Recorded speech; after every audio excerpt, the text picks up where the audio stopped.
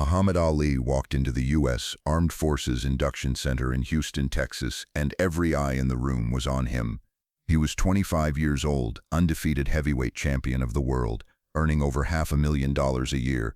The Army officer called his name 3 times. Cassius Marcellus Clay stepped forward for induction.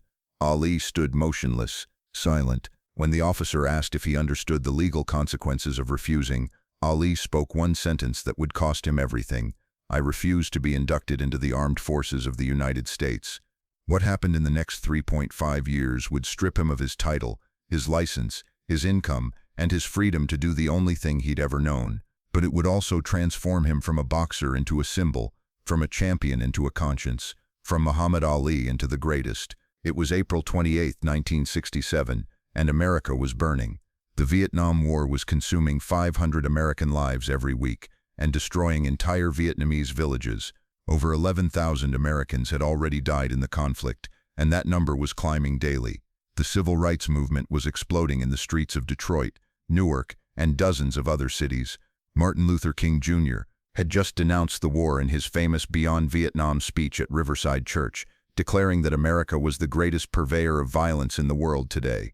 Malcolm X had been assassinated 2 years earlier, leaving a void in black radical leadership. And Muhammad Ali, the most famous black athlete in the world, was about to make the most expensive decision of his life.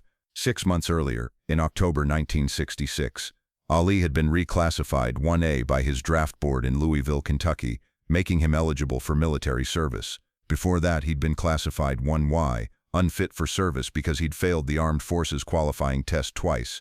His reading and writing skills, damaged by undiagnosed dyslexia, weren't good enough. He'd scored in the 16th percentile on the Army's intelligence test, below the acceptable threshold. But the military, desperate for bodies to send to Vietnam as the war escalated, lowered the qualifying score from the 30th to the 15th percentile.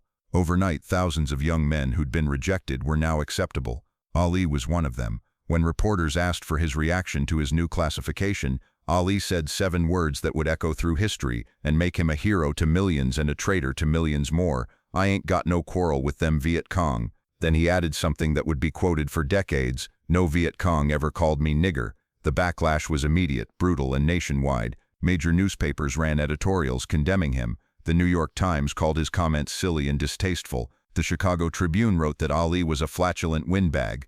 Politicians from both parties denounced him. Senator Richard Russell of Georgia called Ali a disgrace to his country. Congressmen demanded he be stripped of his title immediately. Former heavyweight champions weighed in. Joe Louis, the beloved brown bomber who'd served in the Army during World War II entertaining troops, said Ali was a disgrace to his race.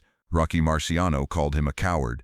Even Jackie Robinson, who'd broken baseball's color barrier and fought racism his entire career, criticized Ali, saying he was being used by the black Muslims for their own purposes.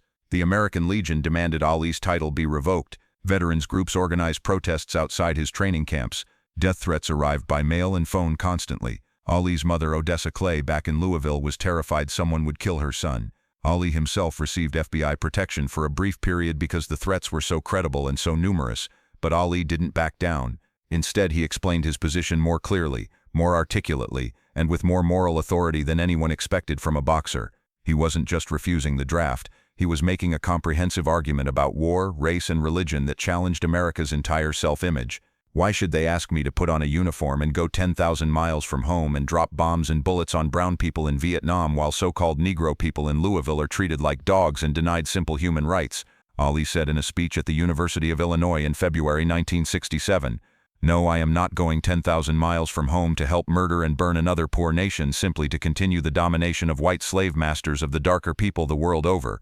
This is the day when such evils must come to an end." He spoke about religion. "My enemy is the white people, not Viet Cong or Chinese or Japanese. You're my opposer when I want freedom. You're my opposer when I want justice. You're my opposer when I want equality. You won't even stand up for me in America for my religious beliefs, and you want me to go somewhere and fight, but you won't even stand up for me here at home." And he spoke about sacrifice. "If I thought going to war would bring freedom and equality to 22 million of my people, they wouldn't have to draft me. I'd join tomorrow. But I either have to obey the laws of the land or the laws of Allah. I have nothing to lose by standing up for my beliefs. We've been in jail for 400 years, so I'll go to jail." The government didn't care about Ali's religious beliefs, his stance on civil rights, or his eloquent arguments. They saw a famous black man refusing to serve his country during a war, and they were going to make an example of him. On April 28, 1967, Ali reported to the induction center in Houston as ordered by law. He wore a dark suit and tie. His face was calm but serious. Howard Bingham, his photographer and best friend, was with him. So were dozens of reporters, camera crews, and protesters. Some were there to support Ali, holding signs that read, "Muhammad Ali is my champion." Others were there to call him a traitor, waving American flags and shouting "coward" and "draft dodger." Inside the induction center, a drab government building that smelled of floor wax and anxiety, Ali was led into a room with about 24 other young men, most of them scared kids who'd been drafted against their will. The army processed them systematically: medical check, paperwork, vision test, then the final step, the induction ceremony. An officer stood at the front of the room with a clipboard and called out names. When each name was called, that man was to step forward, signaling his acceptance of induction into the United States military. Cassius Marcellus Clay. Ali didn't move. He'd legally changed his name to Muhammad Ali 3 years earlier, after joining the Nation of Islam, but the military and the government refused to recognize his Muslim name.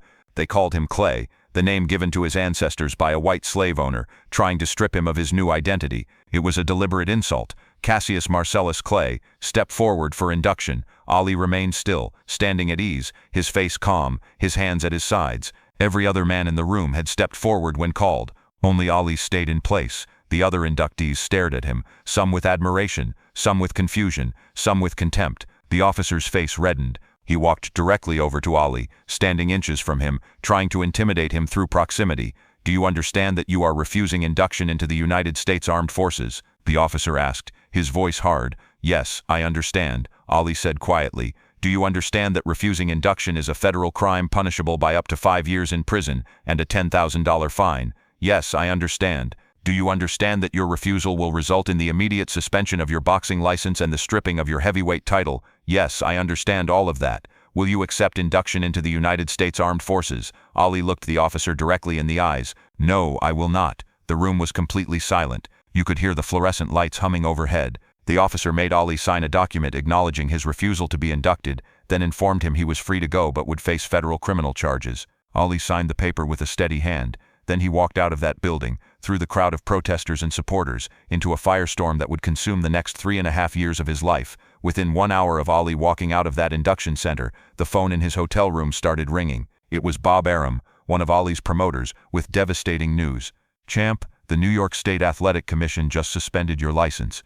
They released a statement saying you've brought discredit to boxing and to America." Within 24 hours, every state boxing commission in the country followed New York's lead. California, Nevada, Pennsylvania, Illinois, Massachusetts, every state revoked Ali's license to box. He couldn't fight anywhere in America. Within a week, the World Boxing Association stripped him of his heavyweight championship, declaring the title vacant. Ali was no longer champion. His passport was revoked, so he couldn't fight overseas in Europe or Asia or Africa. 21 scheduled fights that would have earned him over $10 million over the next 2 years, vanished overnight. The speed and totality of Ali's cancellation shocked even his critics. One day he was heavyweight champion of the world, undefeated, the most famous athlete on the planet. The next day he couldn't legally box anywhere, had no title, and faced 5 years in federal prison. On May 8, 1967, just 10 days after his refusal, Ali was indicted by a federal grand jury in Houston on charges of violating the Selective Service Act. On June 20, his trial began in Houston federal court. The trial lasted exactly 1 day. No witnesses were called for the defense. Ali's lawyer argued that Ali qualified as a conscientious objector under the law because his religious beliefs genuinely prohibited him from participating in war. The prosecution argued that Ali was using the Nation of Islam as an excuse to dodge the draft, and that his real motivation was political, not religious. Judge Joe Ingraham, a conservative Texan, clearly sided with the prosecution. The all-white jury received the case at 1:20 p.m. and returned with a guilty verdict at 1:41 p.m. 21 minutes. They'd spent longer at lunch than they'd spent deliberating Ali's fate. Judge Ingraham sentenced Ali to the maximum penalty, 5 years in federal prison and a $10,000 fine. Ali remained free pending appeal, but his boxing career was finished. He was 25 years old, at the absolute peak of his physical powers, and he couldn't fight. For a boxer, especially a heavyweight whose careers are often short due to the brutal nature of the sport, losing years in your prime is catastrophic. It would be like taking away Beethoven's hearing in his 30s, or Picasso's eyesight at 35. The thing that made Ali special, the skill that defined him, was being taken away during the years when he could express it most brilliantly. The financial devastation was immediate and terrifying. Before his refusal, Ali was earning approximately $600,000 per year, equivalent to about $5 million in today's money. His upcoming fight against Ernie Terrell, scheduled for May 1967, would have paid him another $500,000. All of that income disappeared the moment he refused induction, but his expenses didn't disappear. He had a large house in Chicago. He had cars. He had an entourage, trainers, assistants, cooks, drivers that needed to be paid. He had a wife, Belinda Ali, later known as Khalilah Ali, and their first child, Miriam, born in 1968. He had legal bills that were mounting into the hundreds of thousands of dollars as his case moved through the appeals process. Within months, Ali had to start selling things. He sold his tour bus, the customized vehicle he'd used to travel to fights and training camps. He sold several cars. He had to let go of most of his entourage, keeping only his closest confidants. He moved his training camp from Miami, where it was expensive, to a small facility in Deer Lake, Pennsylvania, in a rural area where costs were lower. His manager, Herbert Muhammad, had to loan him money multiple times just to cover basic bills and legal fees. Money got so tight that Ali took any work he could get. He appeared in a Broadway musical called Buck White for $1,000 a week. The musical was terrible and closed after 7 performances. Ali's acting wasn't great either, but he needed the money. He did speaking engagements at colleges for a few $100s, sometimes just $200, barely enough to cover travel expenses. He'd speak to auditoriums full of students about the war, about race, about Islam, and afterward, instead of returning to a luxury hotel, he'd sleep at the local Holiday Inn to save money. But worse than the financial struggle was the psychological toll and the isolation. Most of America despised him. He couldn't appear on mainstream television because networks were afraid of the controversy. Major magazines wouldn't put him on the cover. Corporate sponsors, who might have paid him millions for endorsements, wouldn't touch him. Even some in the black community turned against him, believing he was making things harder for black Americans who were trying to prove their patriotism and loyalty to America. Joe Louis's condemnation particularly hurt Ali because Louis had been his hero growing up. Ali tried to stay positive publicly, giving interviews where he remained defiant and confident. "I'm still the champion," he'd tell reporters.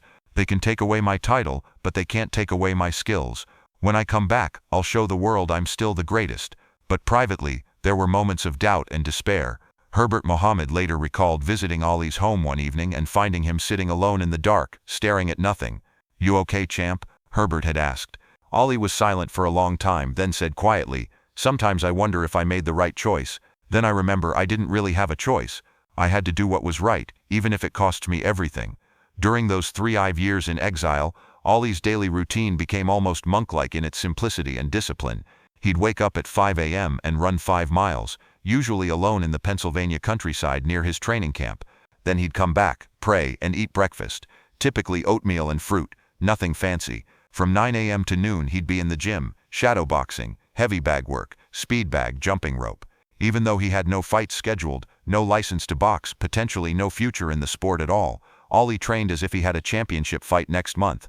Angelo Dundee, Ali's legendary trainer, would make the 3-hour drive from Philadelphia to Deer Lake once a week to check on Ali. Every time, Dundee was amazed and heartbroken at what he witnessed. "He's in perfect condition," Dundee told reporters in 1969. "His weight is perfect. His speed is there. His power is there. He's training like a madman for a fight that doesn't exist and might never exist. It's the saddest thing I've ever seen in boxing, but also the most inspiring. He refuses to give up." Why did Ali keep training when he had no fights? Because he believed with absolute certainty that he'd be vindicated. He believed the Supreme Court would overturn his conviction. He believed America would eventually recognize that the Vietnam War was unjust and that his stand had been righteous. And he believed that when that day came, he needed to be ready to step back into the ring and prove he was still the greatest. Afternoons, Ali studied. He read the Quran extensively, studying Islamic theology with scholars from the Nation of Islam. He read books about black history, Marcus Garvey, W.E.B. Du Bois, Frederick Douglass. He read about Vietnam, trying to understand the war's history and America's involvement. He became more articulate, more thoughtful, more philosophically grounded than he'd been before the exile. The brash, playful boxer who'd proclaimed "I am the greatest" became a serious activist and intellectual who could debate scholars and politicians about war, race, and religion. His wife Belinda bore much of the burden during these years. She was raising their daughter Miriam with very little money, dealing with her husband's legal troubles and uncertain future, living with the reality that Ali might go to prison for 5 years. "Those were dark times," Belinda later said in an interview. We didn't know if Muhammad would ever fight again. We didn't know if he'd go to prison. We were living month to month, sometimes week to week, financially. But Muhammad never complained. He'd tell me, this is the price we pay for standing up. This is our jihad, our struggle. Allah will take care of us. The evenings were for speaking engagements. Ali became a fixture on college campuses, particularly at schools with strong anti-war movements. He'd speak at Berkeley, Harvard, Yale, University of Wisconsin, Columbia. Sometimes he'd speak to thousands, sometimes just a few hundred. The pay was minimal, but the impact was enormous. These speeches, more than anything else during his exile, transformed Ali from a boxer into a symbol of resistance. At the University of Michigan in 1968, Ali spoke to 5,000 students packed into an auditorium. "You're not supposed to question your government," Ali said. "You're supposed to just do what they tell you. But I learned something. Sometimes your government is wrong, and when your government is wrong, you have a moral obligation to say so, even if it costs you, especially if it costs you, because that's what makes change. People willing to pay the price." After his speeches, students would line up to meet him, to shake his hand, to tell him he was their hero. Many of them would later say that Ali's stand against the war influenced their own activism. Some became war resistors themselves, others became civil rights activists. Ali's exile was shaping a generation, but the transformation wasn't just happening with students. Slowly, imperceptibly at first, then undeniably, public opinion about the Vietnam War was shifting. By 1968, after the Tet Offensive showed that the war was far from won, even mainstream Americans began questioning the war. Walter Cronkite, the most trusted news anchor in America, returned from Vietnam and declared the war unwinnable. Robert Kennedy and Eugene McCarthy challenged President Johnson on anti-war platforms. Johnson announced he wouldn't run for re-election. By 1969, the anti-war movement that had seemed radical and fringe in 1967 was mainstream. Millions of Americans took to the streets in the moratorium to end the war in Vietnam, the largest protest movement in American history. Ali's position, which had seemed treasonous 2 years earlier, now seemed prescient. The man who'd been called a coward and a traitor was starting to look like a prophet. A coalition of activists, athletes, and entertainers began organizing to get Ali his boxing license back. Jim Brown, the legendary football player, convened a meeting of prominent black athletes in June 1967 to show solidarity with Ali.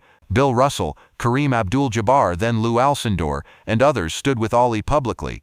Harry Belafonte raised money for Ali's legal defense fund. Arthur Ashe, the tennis champion, spoke out for Ali's right to conscientious objector status. Slowly, cracks appeared in boxing's united front against Ali. In September 1970, after intense lobbying from local activists and politicians who wanted to establish Atlanta as a progressive southern city, the Georgia Athletic Commission granted Ali a license to fight in the state. It was the first breach in the wall. Other states began reconsidering their bans. If Georgia would let Ali fight, why shouldn't they? On October 26, 1970, Muhammad Ali stepped back into a boxing ring for the first time in 3 years, 7 months and 2 days to fight Jerry Quarry in Atlanta. He was 28 years old now, ancient for a heavyweight. His prime years, 25 to 28, had been stolen. No one knew if he could still fight at an elite level. The fight was broadcast on closed-circuit television to sold-out arenas across America. Over 5 million people watched. In the third round, Ali opened a deep cut over Quarry's left eye with a vicious right hand. The ringside doctor stopped the fight. Ali had won his comeback fight. He stood in the ring, arms raised, tears streaming down his face. "I'm back," he shouted. "The greatest is back." Watching from the broadcast booth, Howard Cosell, the famous sportscaster who'd been one of Ali's few media supporters during his exile, broke down on air. After 1,341 days in exile, Cosell said, his voice cracking, "Muhammad Ali has returned, and America should be ashamed it took so long." 6 weeks later, Ali fought Oscar Bonavena in Madison Square Garden, his first fight in New York since his exile. The fight went the full 15 rounds, brutal, exhausting, but Ali won by knockout in the final round. He was 2-0 since his return. The boxing world was stunned. After 3.5 years away, Ali was still elite, still powerful, still fast. The biggest test came on March 8, 1971, when Ali fought Joe Frazier for the heavyweight championship at Madison Square Garden in what was billed as the fight of the century. Both men were undefeated. Both claimed to be champion, Frazier because he'd won the title while Ali was in exile, Ali because he'd never lost it in the ring. The fight was brutal, a 15-round war. Frazier knocked Ali down in the final round with a devastating left hook, and won by unanimous decision. It was Ali's first professional loss, but even in defeat, Ali proved something essential: he belonged. After 3.5 years away from boxing, after losing his prime years, after everyone said he'd be too old and too rusty, Ali had gone 15 rounds with the champion and nearly won. He'd lost the fight but won the argument. He was still elite. And then, 3 months after the Frazier fight, vindication arrived in the form of a Supreme Court decision. On June 28, 1971, the U.S. Supreme Court overturned Ali's conviction in an 8-0 decision. Justice Thurgood Marshall recused himself. The court ruled that the Justice Department had been wrong to deny Ali's conscientious objector status, that the government had improperly applied the law, and that Ali's religious beliefs were sincere and legitimately prohibited him from participating in war. Ali had been right all along. The government had been wrong. He'd sacrificed 3.5 years of his career, millions of dollars, his title, his freedom for a principle, and that principle had been legally vindicated at the highest level, but the vindication didn't erase what had been lost. Those 3.5 years from age 25 to 28 were supposed to be Ali's absolute physical peak, the years when his speed, power, and reflexes were at their maximum. Instead, they'd been spent in courtrooms, at college lectures, training in obscurity. By the time Ali fought Frazier in 1971, he'd already lost a step. Not much. Most people couldn't tell, but enough to matter in championship fights against the very best. Some boxing historians and medical experts believe that if Ali had been allowed to keep fighting from 1967 to 1970, his career trajectory would have been completely different. He might have gone his entire career undefeated, retiring at 30 or 32 with his health intact. Instead, he kept fighting into his late 30s, taking tremendous punishment in wars with Frazier, Norton, and Foreman. He fought longer than he should have because he needed the money, and because he wanted to prove his exile hadn't broken him. That extra punishment, those extra years of taking blows to the head, may have contributed to the Parkinson's disease diagnosed in 1984. The exile cost Ali more than titles and money. It may have cost him his health, his future, decades of quality life. That's the real price of principle, not just what you give up in the moment, but the long-term consequences you can't foresee. But what Ali gained transcended boxing entirely. He gained moral authority that no championship belt could provide. He became more than an athlete. He became a symbol of resistance to injustice, of sacrifice for principle, of the courage to stand alone against overwhelming pressure.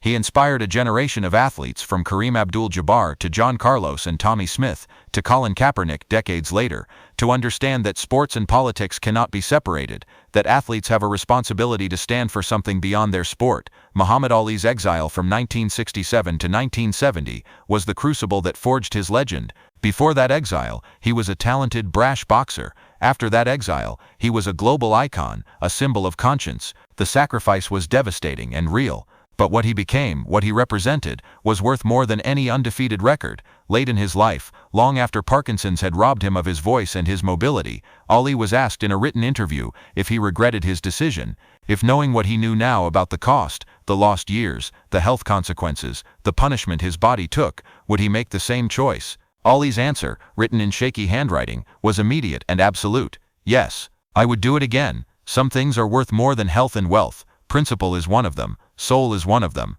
I kept my soul. That's the definition of integrity. Not doing what's easy or profitable or popular. Doing what you believe is right, even when it costs everything.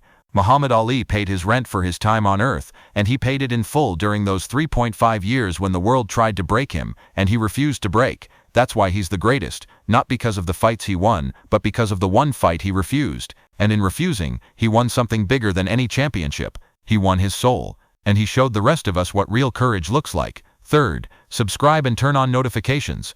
Every week we share true stories about Muhammad Ali that go beyond boxing, stories about sacrifice, integrity, and what it means to be truly great. Comment below, what principle would you give up everything for? What's worth losing your career, your money, your reputation? Your answer reveals who you really are.